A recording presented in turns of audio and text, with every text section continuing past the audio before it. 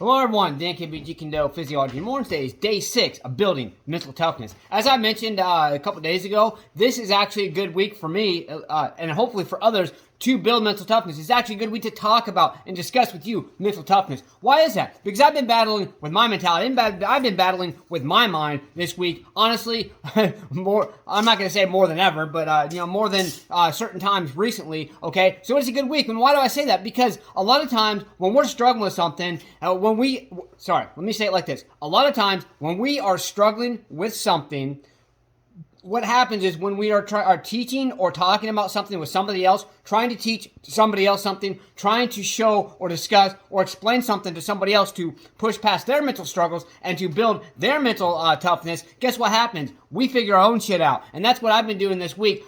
By talking to you about mental toughness, about building that, it has actually helped me push past my mind. It actually helped me build even more mental toughness within myself. Because here's the thing, to master something, you must teach. You must, in order to master anything in life, you've got to teach. So even if you're not a so-called teacher or whatever it may be, okay, so let's use martial arts as an example, okay? If you've been training for years and years and years, you've only been training under somebody, or maybe you're like me, you're completely self-taught, once you start actually training someone else, even if it's just for a short period of time, you're going to start figuring more shit out. And then guess what? The more things that you figure out, the more you're going to be able to teach other people. The more you teach other people, even more you're going to actually figure out. And guess what? It just goes and goes and goes and goes. That's why my buddy, who actually, lives in another state, he is a grandmaster in Taekwondo, and he became a grandmaster because of all the training that he has conducted. Meaning, not his own training. What I'm saying is all the people he has trained. That is the main reason why he is actually became a grandmaster at a younger age than most. And I'm very proud of him. And I'm actually,